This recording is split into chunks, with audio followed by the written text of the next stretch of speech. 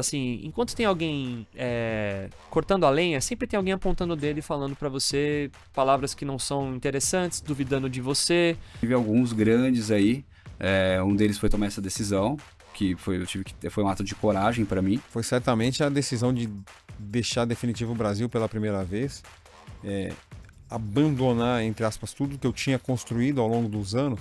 Ser negro era um privilégio, eu tinha que agradecer. Eu aprendi a agradecer ser negro com 5 anos de idade, então não era um problema. Ser pobre, morar no barraco, deixou uma batida, a mamãe disse que eu podia mudar, só depende de quanto tempo eu estava disposto a trabalhar. Intensa, eu e a Fernanda, a gente largou a empresa, saímos do corporativo, de um salário altíssimo lá desde o D1. Senhoras e senhores, sejam muito bem-vindos a mais um Galhardcast. Eu estou aqui com uma convidada especial, a Daniela. Ela é empreendedora, mãe atípica e fundadora da Humanizare. E a Humanizare foi exatamente fundada por uma dor que ela teve, uma história maravilhosa que eu conheço e quero compartilhar com vocês. E, bom, Dani, seja muito bem-vinda. Obrigada, João. Conta de você, conta a sua história maravilhosa, que é muito legal. Conta pra gente. Obrigada. Primeiramente, é um imenso prazer, uma alegria estar aqui, né, podendo compartilhar um pouquinho da minha vivência, né, primeiramente como mãe, né, e depois como empreendedora. O seu convite para mim é uma honra. E, bom, a Humanizare, ela começou por conta da minha maternidade, né? Mas antes disso, começa a Dani, profissional da área da saúde. Então, as pessoas acham que eu fui para a área da saúde por conta da maternidade, mas não. Eu já era fisioterapeuta, né? Então, eu sou fisioterapeuta, analista do comportamento, psicomotricista, tenho uma imersão internacional em seletividade alimentar. E eu vim me capacitando, realmente me lapidando, depois, com certeza, da Humanizare e de todo o diagnóstico do meu filho, né? A gente muda o foco e vem se aperfeiçoando, né? Eu tive uma mudança de rota, né? Completa. Minha vida, ela virou de cabeça para baixo. O Lucas, ele tem síndrome de Down, né? Hoje ele tem 15 anos, ele fez 15 anos a semana passada. E ele tem, além da síndrome de Down, ele tem a comorbidade do autismo, né? Ele é não verbal também, ele tem uma apraxia da fala, ele se comunica por meio de comunicação alternativa, aumentativa, ele usa aí um tablet para se comunicar, né? E o Lucas, a gente veio acompanhando ele desde pequenininho, desde o nascimento, com muito cuidado, porque o Lucas, ele é um pacotinho, realmente. Ele nasceu com o pé torto congênito à esquerda, então ele teve que fazer tenotomia do tendão calcâneo, que é um piquezinho no tendão para poder alongar. Os 2 primeiros anos de vida foram muito dedicados para que ele pudesse realmente ter aí essa mobilidade, essa autonomia, né, com relação à questão motora, né, toda a parte de autonomia motora dele. Então, ele usou órtese, ficou gessado, e aí ele veio até ter ele me surpreendeu, porque ele veio a andar antes ali do que o prognóstico, por exemplo, de uma criança com síndrome de Down diz, que é em torno aí de 3 anos. O Lucas, ele veio a andar com 1 ano e 11 meses, né? Então, foi muito estímulo, um trabalho ali dos primeiros 2 anos de vida dele, muito focado para que ele pudesse realmente se desenvolver na parte motora. E o Lucas, ele veio se desenvolvendo muito bem, dentro das limitações dele, claro, só que ele tinha ali um comprometimento de fala, ele falava algumas palavrinhas, mas aí a gente percebia uma dificuldade de comunicação. Quando ele estava ali na faixa dos seus 5, 6 anos, aí a gente teve uma surpresa a partir de um fato, né, isolado que ocorreu, né, numa escola, e ele teve um gatilho ali, e aí o Lucas, ele simplesmente ele se fechou no mundinho dele. Lucas, ele teve mais de 12 mordidas pelo corpo, né, de outra criança, e aí quando ele teve toda essa situação, ele teve um retrocesso, vamos dizer assim. E aí, palavras que ele falava, ele parou de falar, ele parou de fazer contato visual, ele tinha medo de estar em lugares com muitas pessoas, principalmente muitas crianças, medo de som, colocava a mão né, nos ouvidos com relação a barulho, ruídos, né, som alto e suava frio, enfim, ele tinha vários gatilhos emocionais também e até por conta da hipersensibilidade auditiva também, que acabava descompensando ele. E aí eu fui buscar ajuda, e aí foi quando a gente se deparou com o diagnóstico de autismo. E para mim foi, foi muito assim, algo que me roubou o chão, porque eu recebi o diagnóstico do Lucas de síndrome de Down ainda na minha gestação, né? E ali foi um processo de aceitação e um processo natural, né? Até que me trouxe até muita ansiedade de conhecê-lo e foi muito mais tranquilo para mim o diagnóstico de síndrome de Down. Porém, o autismo foi algo que me deixou assim, meu Deus, para onde que eu tenho que ir? Com quem eu busco ajuda? Os profissionais e colegas que eu falava, pouco conheciam, a maioria conhecia a mesma, né, o mesmo que eu conhecia, que era ali aquele autismo que a gente via na faculdade, e algo muito limitado de conhecimento, e o autismo ainda estava começando no Brasil, né? 10 anos atrás, né? Mais ou menos a gente tá falando em 9 anos atrás. E aí, assim, eu senti muita dificuldade. Fui buscar ajuda com relação ao plano de saúde, batemos nas portas de infinitos ali terapeutas, né? E até médicos. E basicamente eu recebi muitos nãos, muito você tem que se conformar, o seu filho tem síndrome de Down, mãe, cuida dele como síndrome de Down mesmo e tá tudo certo, né? Pessoas querendo que eu fechasse os olhos e me conformasse com a situação, mas eu não aceitava aquilo, né? Eu sabia que meu filho, ele podia entregar mais, ele tinha muito mais potencial, eu conhecia o meu filho antes de tudo isso acontecer ali no seu desenvolvimento, e eu sabia tudo aquilo que ele podia ser, sabe? Então, uma mãe, ela nunca desacredita de um É filho. verdade. E aí, eu buscando ali ajuda, apoio, eu meio que fui buscando parcerias para poder tratar o Lucas, né? Então, a Humanizária, ela nasce nesse contexto, de uma forma extremamente despretensiosa, em conseguir apoio terapêutico para o meu filho.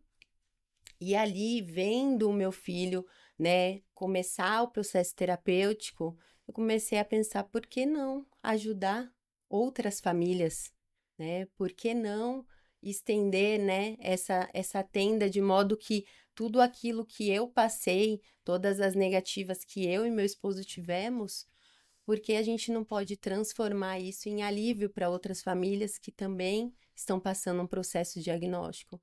Porque ali, no momento ali de digerir aquilo, eu não saí do primeiro momento já buscando ajuda. Primeiro eu fiquei mal, eu entrei num processo de depressão, eu fiquei 8 meses com síndrome do pânico, sem conseguir sair do quarto. E então, assim, foi um processo muito difícil. Não é fácil. Então, eu queria aliviar a dor de outras famílias. E aí eu fui buscando conhecimento e trazendo conhecimento para esse grupo. E aí a Humanizária, ela nasce nesse contexto e num momento que a gente está com vários diagnósticos começando a acontecer, principalmente aqui na nossa região, e muitas famílias perdidas, né? E na nossa região, eu digo não só Santana de Parnaíba, Barueri, mas, né, todo o entorno. E aí eu tenho outras famílias que começaram a falar no boca a boca, e aí começam a vir as pessoas, porque assim, em nenhum momento a gente fez propaganda, a gente foi, sabe, anunciar alguma coisa. Não fiz nada desses negócios de botar no Instagram, fazer meta, nada disso, né? Isso nem existia na época. E realmente as pessoas, da necessidade delas, elas começaram a fazer a Humanizar e ser conhecida. né? E aí eu fui trazendo, entendendo quem era o profissional que entendia de comunicação alternativa. Aí a moça morava em Jundiaí, aí a gente trouxe ela para fazer um treinamento de equipe. A pessoa que entendia de aba, a gente trouxe para treinar a equipe. A pessoa que entendia de Denver, a gente trouxe para treinar a equipe. Então eu fui trazendo o conhecimento não só para que eu pudesse aprender, mas para que todas aquelas pessoas que estavam ali comprando aquilo comigo também, né? Então, a gente tem aí uma caminhada de crescimento muito rápido, né? Em 3 meses, mais ou menos, ali de Humanizare, a gente tava com mais de 30 pacientes, já precisando já aumentar o espaço, né? Eu tive uma unidade em Alphaville. Depois disso, a gente acabou optando por montar um espaço muito maior em Santana de Parnaíba, que foi o que você foi conhecer, né? Que a gente chama de Instituto Humanizare. É um espaço com muito suporte, né? Com salas realmente amplas, todas elas pensadas, né? E estruturadas de acordo não só com as especialidades, mas com tudo aquilo que há de mais inovador hoje no mercado, né? Terapêutico para oferecer realmente ali ganhos, né, para os pacientes, para os nossos pacientes, para as crianças terem uma evolução mais rápida, a gente trouxe ali para esse espaço e aí a gente cresceu de modo que agora a gente vai fazer 1 ano também que a gente tem uma filial em Sorocaba e para mim é uma alegria. A gente já tem mais de 2.500 famílias que passaram pela Humanizare, a gente tem mais de 100 colaboradores, né, entre diretos e indiretos, enfim, a gente faz um trabalho que acaba sendo muito mais só do que ser um espaço terapêutico, né, porque a Humanizare, ela realmente, como você iniciou, como ela nasceu da minha dor, aquilo que eu e meu esposo ali sentimos e vivenciamos, né, com todas as dificuldades do Lucas e encontrar profissionais capacitados, né, a Humanizare, ela acabou virando um propósito de vida para nós. Então, nós vivemos e respiramos esse propósito, né, de modo que isso transcende só um trabalho, né, é algo que eu me entrego, assim, de coração para eventos sociais, dividir conhecimento, buscar, enfim, mais conhecimento e mais bagagem para multiplicar, né, participar de movimentos para poder orientar e ajudar famílias, né, então, seja projetos sociais ou não, ir para escolas, enfim, o que for necessário, eu me movimento a favor, porque eu tô aqui por uma causa. Eu tenho um objetivo de vida, né? E hoje eu carrego uma bandeira que chama Humanizare. Legal, legal. Muito bacana. É uma história muito bonita, né? De propósito. Foi muito bacana porque quando eu conheci a Humanizare, a gente simplesmente foi fazer uma visita, né? Eu fui convidado, a Dani me convidou ali, eu queria conhecer. A Câmara dos Vereadores de Santana é colado de muro, mas a gente não tem noção do que é Humanizare. Eu não fazia ideia.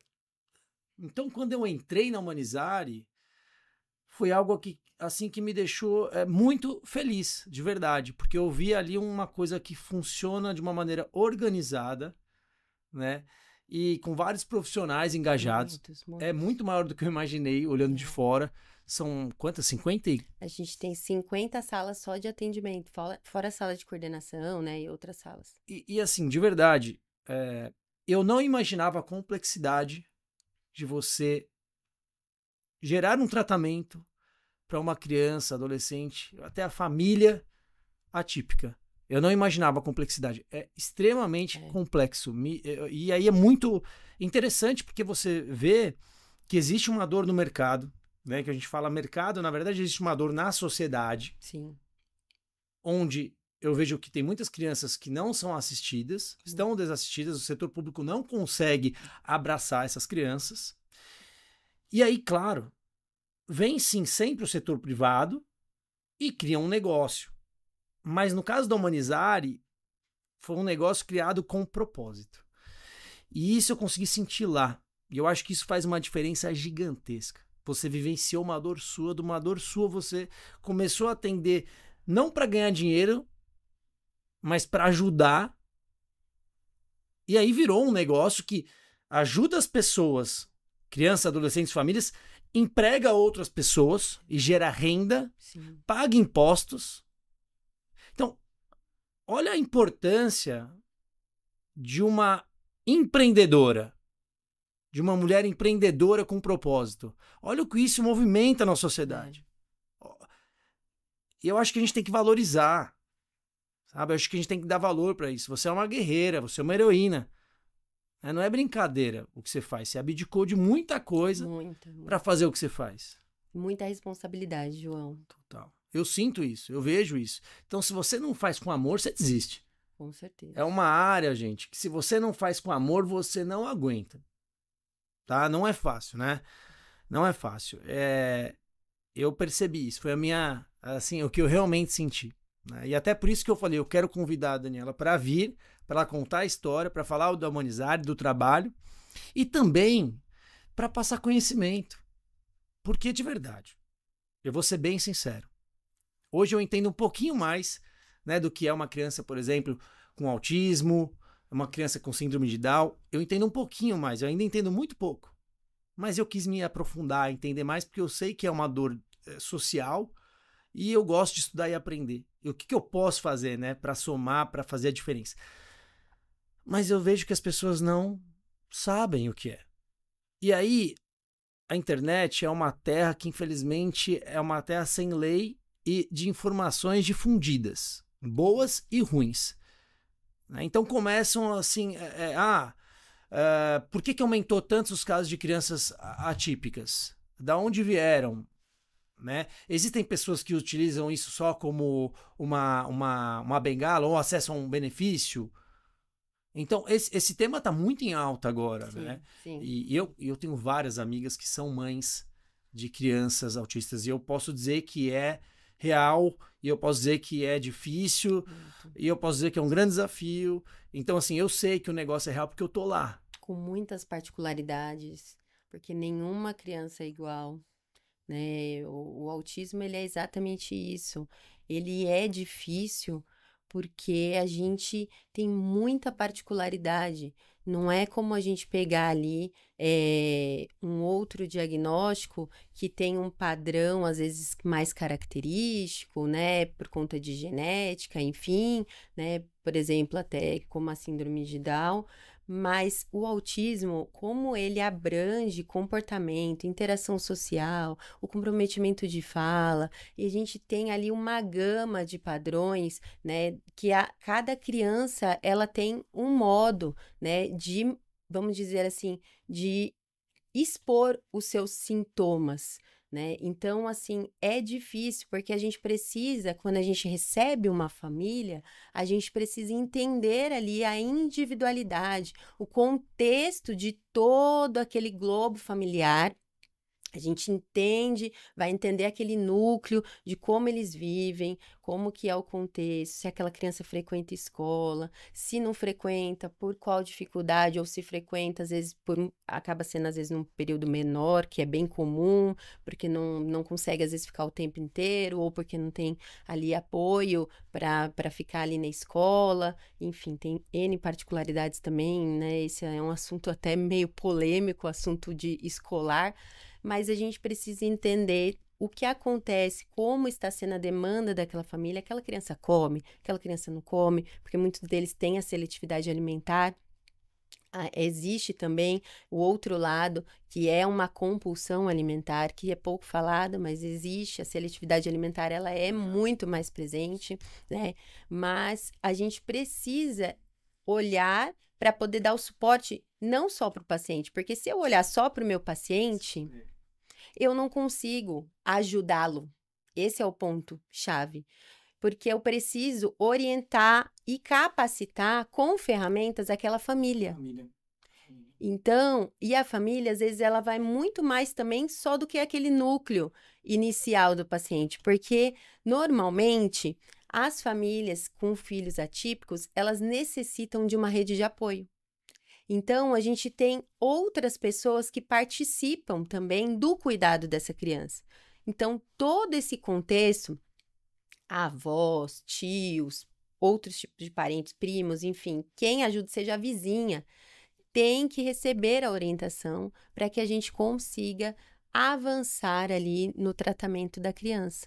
Inclusive, se a criança frequenta a escola, a gente precisa ter os alinhamentos, porque se todo mundo caminhar com o mesmo alinhamento, aí a gente começa a ter avanços. Perfeito. Mas se a gente tiver cada pessoa, eu falo que fatiando aquele paciente, né? Por isso que eu também defendo muito a interdisciplinariedade, né? Isso Que é eu ia perguntar. outro fato que a gente trabalha, né? Na Humanizária, Isso você que eu ia sabe perguntar. disso, né? Algo que, inclusive, é o capítulo do livro que eu escrevi, né, no Exatamente. Perspectivas Legais, Autismo e a Busca por Justiça, né, e esse capítulo, ele foi de suma importância quando eu recebi o convite da doutora Luísa Lucena, em expor, na hora eu não titubeei em compartilhar esse tema, porque a gente tem, inclusive, a esfera jurídica envolvida na interdisciplinariedade. É mesmo? Tudo. A esfera jurídica também está envolvida? Também. A gente tem todo o apoio médico, né? Clínico médico do paciente, terapeutas, escola, família, jurídico. A gente tem muitas dificuldades em cumprir ali, às vezes, demandas, né, médicas ali que estão no laudo do paciente por conta de negativa de convênio. Uhum. Né? Ou, por exemplo, se a gente trouxer para o público, porque às vezes o médico que tem ali, ele vai orientar e vai passar, às vezes, a demanda, mas às vezes o serviço público, ele acaba não tendo, porque às vezes não tem também a quantidade de profissionais. Aí, às vezes, acaba sendo limitado. E aí, aquela criança tem que ficar numa fila, faz 10 sessões, aí tem alta, volta, pega de novo o pedido, volta de novo. E essa interrupção atrapalha. Eu sei porque o Lucas já foi paciente, né, do SUS. Então, a constância para eles é importante, Perfeito. né? Eles têm ali uma janela de oportunidade, né? É imprescindível, né? Acontecendo, né? E ali de 0 a 7 anos é um tempo ali que é o crucial, né? Mas ali a intervenção precoce da primeira infância, né? Se a gente for pegar ali 24, 36 meses, né? Do bebê, é por isso que a gente bate tão na tecla da intervenção precoce, a gente minimiza de um fato, assim, de um jeito, aquilo que a gente tem ali de questões futuras que podem, inclusive, sobrecarregar o sistema público de saúde, né? Podem sobrecarregar as demandas escolares. Então, a gente trabalhando ali com a intervenção precoce, a gente está trabalhando, inclusive, preventivo. Né? A gente está conseguindo aproveitar a janela de oportunidades, porque a gente tem a parte cognitiva da criança com as erupções ali, né, que a gente chama de neuroplasticidade. Então, os neurônios, eles estão ali em erupção ali para poder aprender. Então, a gente é a capacidade do cérebro de aprender novas funções, né? Então, a gente acaba pegando algo que a criança não sabe ou tem muita dificuldade e a gente consegue que ela aprenda muito mais rápido por conta da neuroplasticidade. E as podas neurais, elas vão diminuindo essa capacidade, porque a gente tem a neuroplasticidade acontecendo durante toda a nossa vida. Só que se a gente pega, por exemplo, vou trazer aqui, por exemplo, um exemplo do meu filho. O Lucas, hoje, ele tem 15 anos, né? Se eu pegar um bebê, né, que tá ali com 24 meses, com 18 meses, ele consegue fazer um aprendizado do que eu vou trazer para ele em 24, 48 horas. Ele consegue Absorver, a absorção é muito mais rápida, né? O cérebro já absorve, já armazena aquela função e aquele neurônio, vamos dizer assim, adquire aquela função de algo que, por exemplo, se não houvesse estímulo, nunca iria existir naquele cérebro. Perfeito, perfeito. O meu filho hoje, que tem 15 anos, se ele for fazer a mesma coisa, ele leva de 1 ano a 1 ano e meio. Perfeito. Faz Não que a neuroplasticidade não exista. Existe, porém, mais lenta. É a janela de oportunidade que você falou. Exatamente. Perfeito. Que vai do 0 aos 7 anos. Quando a gente traz isso com tanta cobrança para o sistema de saúde, né? Eu digo a gente, me colocando como mãe agora, João. Claro. Nós mães, quando a gente vai mesmo assim pra rua, ou se vê mãe dando reportagem, indignada, falando sobre esse assunto, mas é exatamente por isso, porque a gente começa a estudar e a gente começa a aprender, e a gente sabe que os nossos filhos, eles não têm tempo a perder. Entende? Que coisas que meu filho foi privado pelo plano de saúde ali, quando eu descobri o diagnóstico dele, que já foi um diagnóstico tardio, porque foi uma comorbidade, então assim, ele já não tinha mais muito tempo. E aí a gente não encontra profissionais capacitados, o convênio te oferece o que ele tem. E aí isso faz o quê? Com que a criança perca a oportunidade do aprendizado. E aí a gente tem esse futuro que eu trago sempre para a política pública, que é a dependência do governo no futuro. Então, a solução é trabalhar no preventivo. É a gente olhar principalmente para essa janela de 0 a 3 anos. 0 a 3 anos. 0 a 3 anos é a intervenção precoce. 0 a 7 anos é o crucial ali para a gente desenvolver. Mas dá para as saber, crianças. desculpa a minha ignorância, com 0 a 3 anos dá para identificar? Dá. A gente hoje tem cada vez mais cedo com o conhecimento médico, graças a Deus, porque é muito importante. Os pediatras, principalmente, porque os pediatras, eles são os primeiros médicos ali de suporte da família. Então, a gente acha que não, que é só um neuro, é só o psiquiatra que pode laudar. Não, não. O pediatra, se a gente tivesse aí uma gama de pediatras capacitados, e isso vem aumentando, mas quanto mais aumentar, maior a gente está trabalhando já nesse preventivo, porque a gente está conseguindo diagnosticar mais precoce. Mas eu tenho pacientes, por exemplo, que já estão chegando com 11 meses, ou se não fecha, mas já fechando com uma suspeita, a gente já começa a intervenção precoce. Porque é isso, no menor indício, o que eu faço? Eu espero, cada criança tem seu tempo, ou eu mando esse paciente iniciar uma intervenção precoce, começar um apoio terapêutico clínico. Se eu espero o tempo da criança, o que acontece? O desenvolvimento. Ele não vai desenvolver. Sim. Ele está perdendo a janela de oportunidade. Se eu começo uma intervenção, pode ser que esse paciente nem venha fechar um diagnóstico, porque às vezes vai ficar tão sutil que aí vai confundir até. É mínimo, né? Mas eu trabalhei no preventivo. Então, assim, a intervenção precoce hoje é o que a gente bate muito na tecla para a gente poder minimizar o que a gente vê até nas questões de governo, porque eu vejo hoje a preocupação, principalmente em questões de política, com o número aumentando.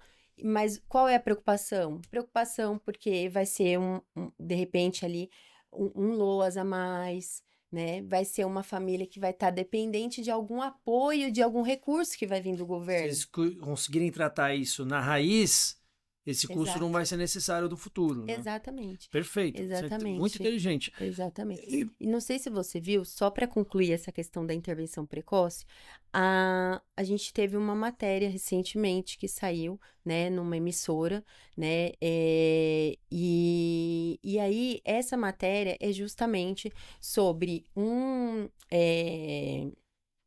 neurocientista, que ele é brasileiro, que é o M. Klein, que ele, eu acredito que seja assim que fale o nome dele, que ele é brasileiro e ele tá há muitos anos nos Estados Unidos, ele tá, agora deixa eu me lembrar exatamente Carol, você se lembra? Se você achar aí, você me fala. Ele mais ou menos uns 20 anos que ele tá trabalhando para poder chegar realmente num aparelho, vamos dizer assim, que possa auxiliar o processo diagnóstico. Perfeito. Perfeito. Essa era uma das minhas perguntas. Infância. Essa era uma das minhas perguntas. Você viu isso? Não vi, mas é isso, exatamente isso, vai na junção disso. Como diagnosticar? Eu até coloquei essas informações, porque assim, muito legal. Ele fez um aparelho assim que é uma tela A criança assiste, João, e através da retina da criança, aonde a criança fixa o olhar, demora 15 minutos o exame. E ele é justamente focado em 0 a 36 meses, porque é para trabalhar nessa intervenção precoce. Por enquanto, ele só está nos Estados Unidos. Mas por quê? Porque nos Estados Unidos existe o diagnóstico tardio, sempre após os 3 anos. Entendi. E aí ele junto acho que é a Universidade de Emory, se eu não me engano, ele lá no centro de pesquisa eles desenvolveram. A criança assiste e aí aonde a criança foca, uma criança neurotípica, o que ela faz? Ela vai focar, né, a visão dela nos pontos de face. Então, se tá passando uma outra criança brincando, tá prestando atenção no rosto, nas expressões faciais da outra criança, naquilo que tá acontecendo no contexto, mas sempre focando nas pessoas. Uma criança que tem o diagnóstico de autismo ou tem a probabilidade de ter o diagnóstico, ela vai focar aonde? Na roda do carrinho, vai focar na portinha que está abrindo. E aí, para onde a criança olha nessa tela, pelo número lá de vezes lá que a criança fica fazendo contato visual, nesses 15 minutos, acho que são 14 vídeos que passam, se eu não me engano, eles conseguem ajudar no processo diagnóstico. Fantástico. Fantástico isso. Tinha que ter no SUS. Pois é. A gente tem que tentar implementar essa política pública no SUS, né? Imagina, Exato. Isso, querendo ou não, é resolução, é família sofrendo menos, é criança sofrendo menos e custou menos para o Estado. Sim. É muito mais inteligente você prevenir do que remediar. Para tudo, né? Mas assim, são tantas coisas legais que eu aprendi aqui em pouco tempo. E eu queria saber, vamos supor que eu sou um pai, tenho ali, né, um filho de 1, 2 aninhos, e eu quero, então, entender se meu filho tem alguma predisposição. O que eu faço? No Brasil, No hoje, Brasil. a gente tem o diagnóstico clínico. 95% de diagnóstico é clínico. Então, a gente normalmente precisa-se de uma avaliação interdisciplinar, né? E uma avaliação neuropsicológica, dependendo também da idade da criança. A gente tem testes específicos, né, de acordo com a idade, que é feito esse processo avaliativo, e aí a gente chega ali num consenso da equipe interdisciplinar. Esse relatório ele vai para o médico, porque normalmente a criança primeiro foi no médico, a mãe vai trazer a suspeita, o médico, muito difícil às vezes os médicos já laudarem, né? Os médicos que têm muito conhecimento, eles fazem esse trabalho junto com a equipe interdisciplinar, porque entende a importância de a gente mapear com muitos testes validados. Quem faz parte dessa equipe multidisciplinar? A gente tem psicólogos, fisioterapeutas, terapeutas ocupacionais, nutricionistas, né, os psicólogos analistas do comportamento, psicopedagogos, né, e, enfim, fonoaudiólogos, que são importantíssimos. E aí a gente tem também os outros terapeutas que são importantíssimos também no processo de tratamento e acompanhamento para o desenvolvimento da criança, que é o musicoterapeuta, arteterapeuta, né, o profissional da ecoterapia, enfim, a gente tem aí uma gama de profissionais que trabalham, mas sempre nos laudos de interdisciplinariedade ou de encaminhamentos clínicos, normalmente pede-se uma avaliação que contenha o psicólogo, analista do comportamento, fonoaudiólogo, terapeuta ocupacional para entender as questões principalmente sensoriais, mas também eles avaliam as atividades de vida diária, atividades de vida prática, né, dessa criança, que a gente chama de AVDs e AVPs. Os fisioterapeutas, para poder entender ali o desenvolvimento motor, né? Porque a gente já tem ali, às vezes, indícios já no desenvolvimento motor. e uma hipotonia, enfim, né? E aí a gente consegue ali trazer um consenso de informação a partir desse olhar interdisciplinar que traz uma base, né, junto com os testes validados, como eu disse, né, a gente tem com os neuropsicólogos para poder dar ali ferramentas para esse médico laudar o paciente ou não. Entendi. Olha como é complexo, né? Porque, por exemplo, o fisioterapeuta pode falar, não, tá perfeito, movimentação perfeita, tá tudo certo. Aí o psicólogo pode falar, não, eu acho que tem alguma coisa. Então, são uma série de informações que são juntadas para que daí o médico realmente tome o veredito. Exato. Normalmente a gente faz a avaliação, né, por cada olhar individual dos profissionais, e aí uma discussão interdisciplinar. Existe uma discussão com entre esses profissionais? Exato. Ah, tá. E aí a gente tem um consenso final nesse relatório. Quando você fala você fala humanizar e setor privado ou você fala setor público? Eu tô falando da minha experiência. Humanizar. Não, mas vamos... Humanizar é o sonho do que poderia acontecer, né, no Brasil. Mas vamos falar no setor público. Se eu tenho né, uma pessoa que não tem condições, vamos dizer assim. Como que ela faz? Ela segue o mesmo caminho? Deveria, né? Deveria. Mas então, deveria, mas não acontece. O setor público, eu tô falando nível Brasil.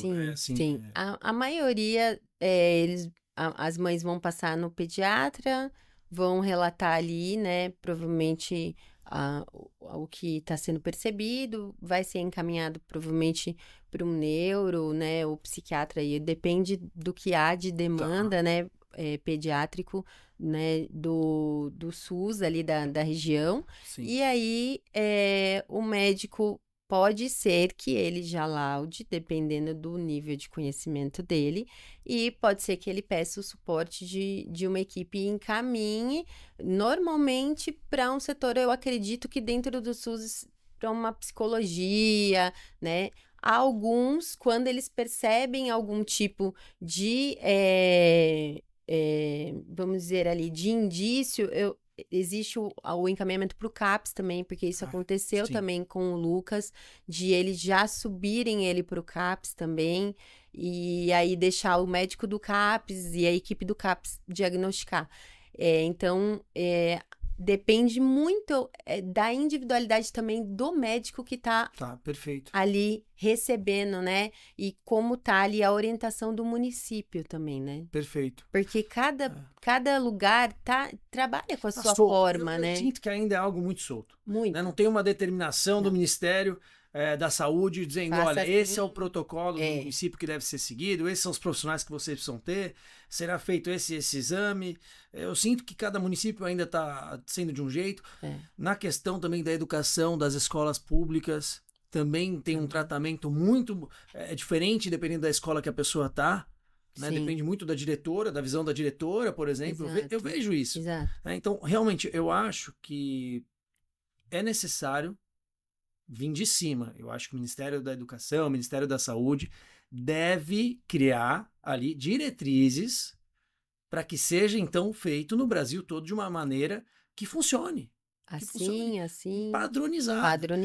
Imagina, com certeza. se amanhã a gente consegue trazer essa ferramenta tecnológica que consegue identificar o diagnóstico com crianças ali até 3 anos. É fantástico. Você implementa isso, olha o caminho que você vai conseguir ali, assim, cortar o caminho, vamos dizer assim, e até precaver algo. Sim. Então, eu acho que está faltando muito essa diretriz de cima. Sim. Porque é uma coisa muito nova, tanto no setor privado, e aí também entrando no setor privado, que a gente está falando muito do setor público, mas eu já vi muitas escolas privadas que falam, olha, eu não consigo, quantas mães já vieram até mim, casos parecidos, e falaram, olha, eu não consigo ter mais crianças atípicas aqui, porque eu não dou conta. Quantas vezes eu não dou conta, porque eu tenho que colocar uma ADI, né? O meu custo aumenta muito, não fecha a conta. Né? Então, veja, nem o setor privado, que normalmente é o setor que consegue se adaptar muito mais rápido que o setor público está conseguindo lidar com Mas, isso. João, Né? pensa comigo, o setor privado eu acho que é o que talvez menos consiga. Não, O hoje setor público escolar, eu acredito que consiga dar mais suporte do que o privado. Eu te digo por quê. Se a gente for pegar uma média de escola particular, né, tirando escolas, né, high, né? Isso. Vai, uma mensalidade aí que o pai pague entre 1.800, sei lá, a 3.000 reais, vamos colocar aí, Tá. nessa média. Se a gente for pegar um profissional especializado para acompanhar essa criança de maneira individual, a escola vai pagar muito mais que isso, Muito mais que isso. para ter um profissional capacitado. Exatamente. Entendeu? Por quê? Porque é uma média aí de 5 a 6 mil por mês. Não, eu tenho pessoas que eu conheço que gastam o dobro disso. Então, você pega, a escola tá cobrando, sei lá, R$ 2.500 dessa família. Como que ela vai colocar um profissional de qualidade, com especialização, com conhecimento, para poder auxiliar aquela criança, né, ali no suporte individualizado, pagando 5, 6 mil se ela recebe 2, 2,5? Não, é muito difícil. E aí entra um outro dia eu tava vendo, não sei onde foi uma matéria, de que tem pais já que preferiam que as crianças ali atípicas, pais de crianças atípicas, eu tô dizendo, estudassem em escolas só para crianças atípicas. Né? E tem outros pais que já pensam diferente, falam, não, eu quero que meu filho esteja com crianças típicas. Sim. Né? O que você acha sobre isso? Qual que é a sua opinião? É um Tema difícil. É um tema difícil. E super recente também. Né? Me colocou aqui no...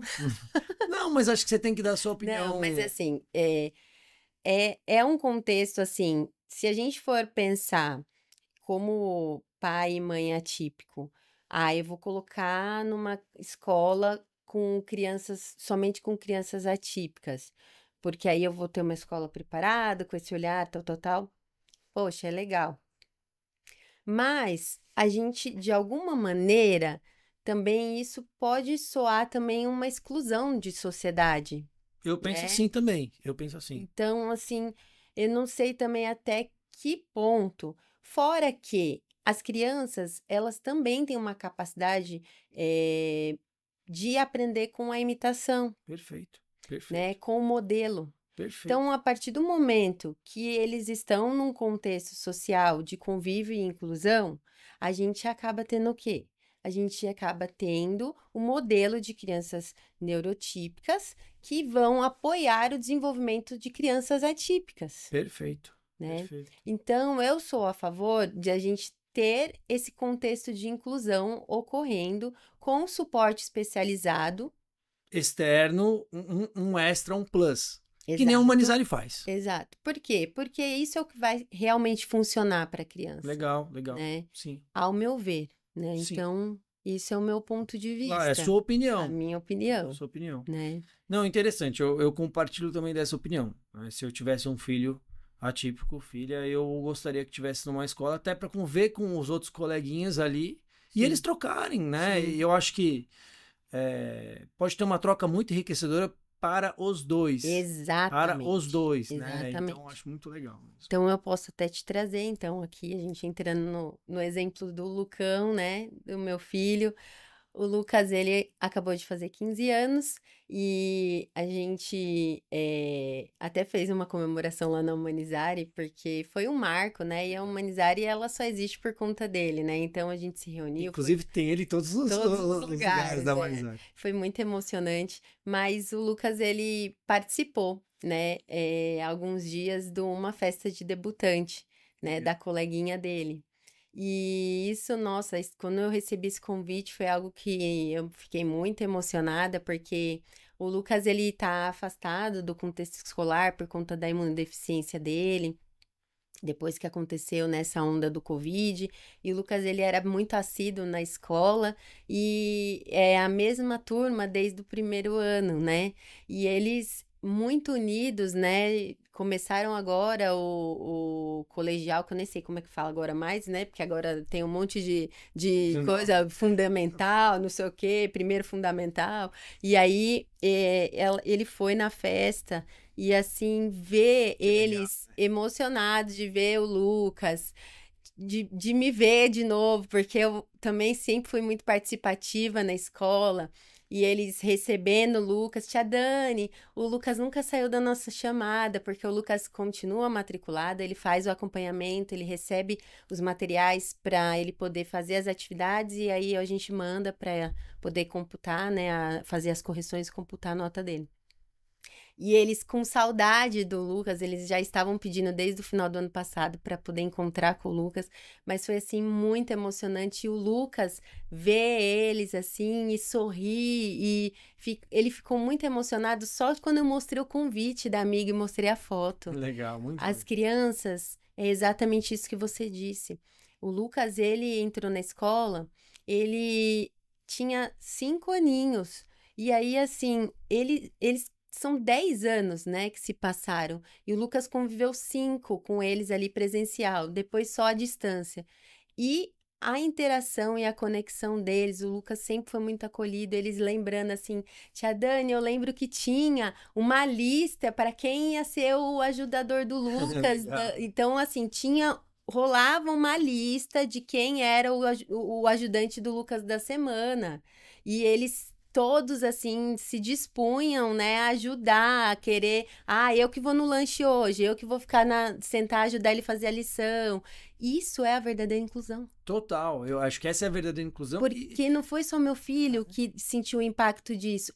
Essas crianças Com certeza. são crianças que estão crescendo e vão se tornar adultos diferenciados. Eu vou te dizer por quê. Verdade, é verdade. Porque eles olharam para mim, João, e disseram, tia Dani, eu vou fazer fisioterapia. Tia Legal. Dani, eu vou fazer psicologia. Muito legal, muito legal. Então, assim, você vê que o contexto deles, daquilo que eles vivenciaram, eles querem ajudar outras famílias e outras crianças como o coleguinha que eles conheceram. Despertou o melhor que tinha dentro deles, né? Exatamente. Despertou o melhor. E isso é a humanidade. Exato. E uma coisa que eu sempre falei, né, tanto eu quanto o Davi, meu esposo, que foi assim nítido, quando a gente começou a conviver ali com o Lucas na escola e a gente via as crianças recebendo e acolhendo o amor pelo Lucas, eu falava, nossa, a gente sempre sentava em casa e ficava conversando, e o Davi falava, como o preconceito, ele existe no adulto. Muito bom. Porque a criança, ela é inocente. A criança, ela tá ali, ela tá com o coração disposto. A obrigação é nossa, de pais, moldar os nossos filhos para a inclusão. Sim, totalmente. Então, eu tenho que ensinar o meu filho a acolher e apoiar um amigo, já desde ali do primeiro aninho. Sim. E preparar e forjar esse caráter para que ele seja ali o nosso futuro. Porque essas crianças, elas são os nossos futuros governantes, nossos futuros professores, nossos futuros empresários. São eles que vão ditar as regras. Eles são o futuro, verdade. E aí, se a gente não prepara essa inclusão ali, naquele cenário, não vai ser depois de adulto que essa pessoa vai incluir. Infelizmente, não vai. É muito difícil você mudar, Muito. né? Depois uma pessoa. Porque tem a ver também com caráter, com essência familiar. Sim.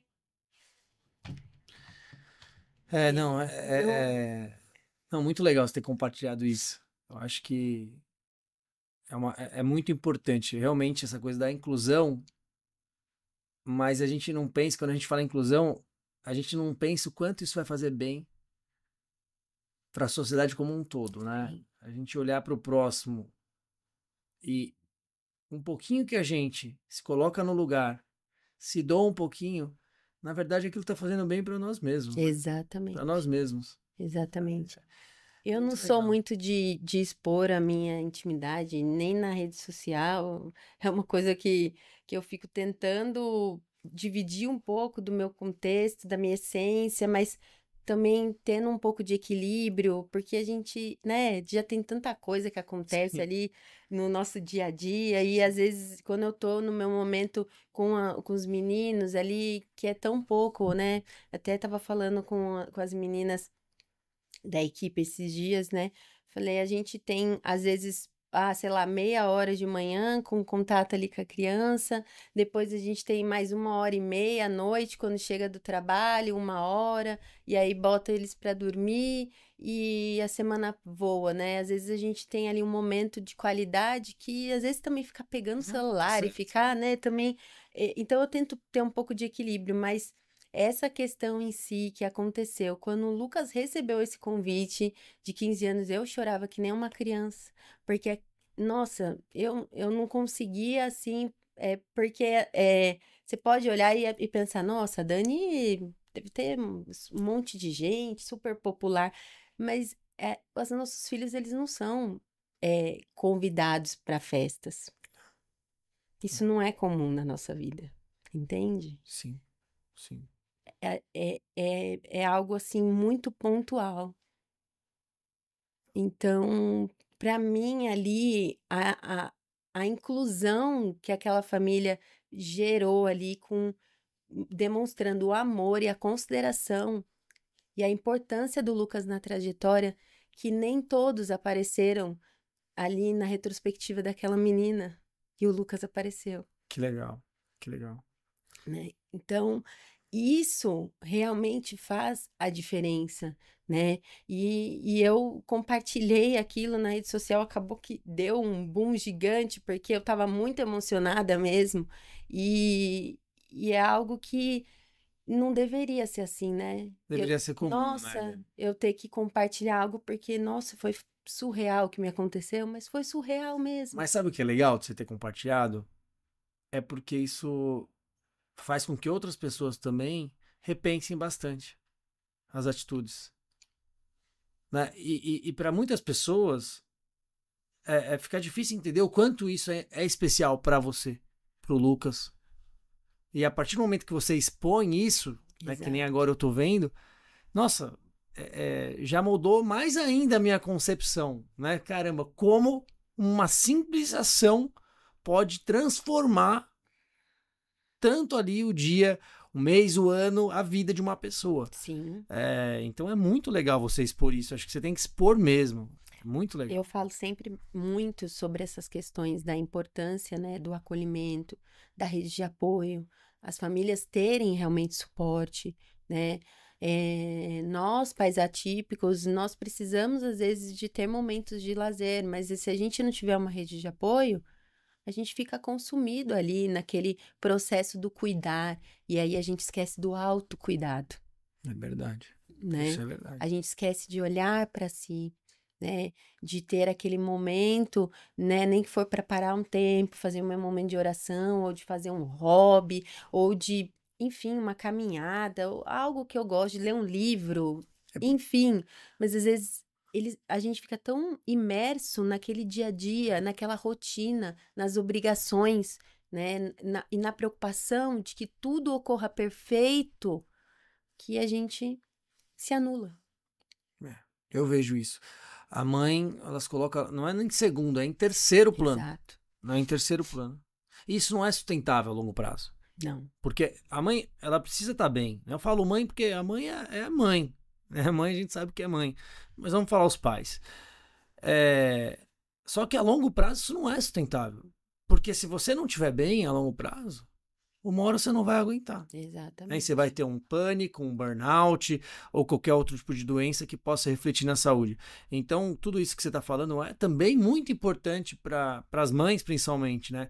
Se cuidem, né? Olhem para vocês. E também aí entra muito o setor público no sentido de, então como é que a gente pode também preparar essas mamães, cuidar dessas mães para elas estarem preparadas, para elas aguentarem essa, vamos dizer, missão, que é uma missão, cuidar, né, de uma criança típica. É uma missão de vida. Eu entendo como uma missão de vida, que te deixa muito melhor. Exato. Para mim é isso. Para mim a gente vem para o mundo para evoluir nessa terra. E quando a gente tem o nascimento de uma criança típica, para mim é para você se tornar cada vez melhor. Essa é a minha visão, João, né? Eu acredito Então- realmente que algumas coisas elas acontecem e tudo tem um propósito de Deus, realmente, sabe? E é o propósito de nos preparar, de nos lapidar, nos tornar mais forte, né? Às vezes Deus, ele tem algo às vezes muito maior para nos entregar, mas a gente precisa literalmente viver cada fase, né? De um jeito para que a gente consiga chegar a ser tudo aquilo que Deus idealiza para nós. Então, para a gente poder alcançar, às vezes, alguns propósitos de vida, a gente precisa ser forjado, lapidado, preparado, né? Perfeito. E com certeza a maternidade atípica, ela faz isso. Ela traz um amadurecimento, né? A gente conseguir enxergar, né, a família com um olhar diferente até, né? Eu falo que a gente tem um poder, toda vez que eu estou em palestras ou em rodas de conversas com mães, eu falo que a gente tem um poder e um privilégio muito grande, que às vezes as mães de crianças neurotípicas tem tanta coisa que acontece, a criança vai se desenvolvendo, e aí às vezes a mãe às vezes não comemora tudo, né? E a gente tem ali um dom tão especial que a gente comemora às vezes pequenas vitórias, às vezes coisas que são muito insignificantes para outras famílias, tornam mas para significantes. nós são Legal você eventos, falar isso. né? Legal, Então, eu falo que isso é um dom, legal. né, da maternidade atípica. E é muito especial, porque muda o olhar. E muda nosso olhar para a sociedade, né? Você pode ver que se você conversar com a maioria das mães atípicas que já estão nessa caminhada, elas vestem uma camisa, Essa é uma- algo que é além dos filhos delas. E aí a gente começa a se unir e se apoiar umas nas outras e para buscar rotas e caminhos, seja para ter ali o apoio de terapêutico, né, na área da saúde, seja para conseguir ali, de repente, eu preciso de medicamento, eu preciso de algum, sei lá, diversão, aonde que eu posso ir que meu filho vai ser incluído, e aí a gente começa a ter trocas de informações, tem muitos grupos de mães atípicas, né, e eu não sei se outra fatia da sociedade é tão unida como nós, né, porque é algo que a gente se une por um único propósito, por uma única causa, né, então quando você pode ver que o autismo, ele leva na rua aí caminhadas e caminhadas, pessoas se movimentando, porque a gente tá ali além de nós, né? A gente tá ali pelo contexto. E é isso, eu acho que se a gente começa a mudar já esse olhar ali de processo diagnóstico, a gente consegue diminuir, inclusive, essas dores de mães que a gente trouxe, índice de suicídio, porque se a gente começa a trabalhar no preventivo, eu acabo tendo ali consequências minimizadas, né, ali do crescimento dessa criança, e aí essa mãe, ela tem mais qualidade de vida, Sim.